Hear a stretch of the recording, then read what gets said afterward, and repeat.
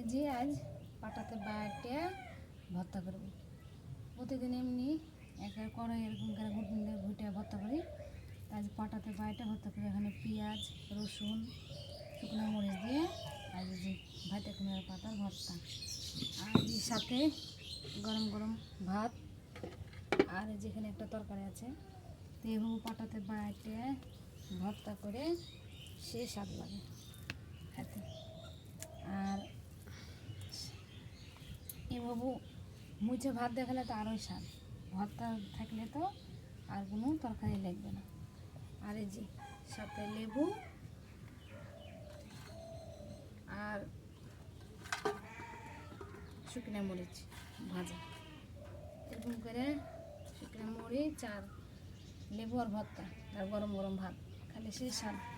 আর এরকম তো পাটা মোচা খেলে আরও সেই স্বাদ লাগে। আসলে ছানাটা অনেক সুন্দর হয়েছে। এভাবে ভাত খেয়ে যদি পাটা যদি চলে গেছে, আমি কিন্তু এর সাথে ভাত একটু দিয়ে মুছে খাবো। তো কার কার এরকম ভর্তা, গরম গরম ভর্তা আর গরম ভাত খেতে সকাল সকাল পছন্দ, অবশ্যই কমেন্টে বলুন।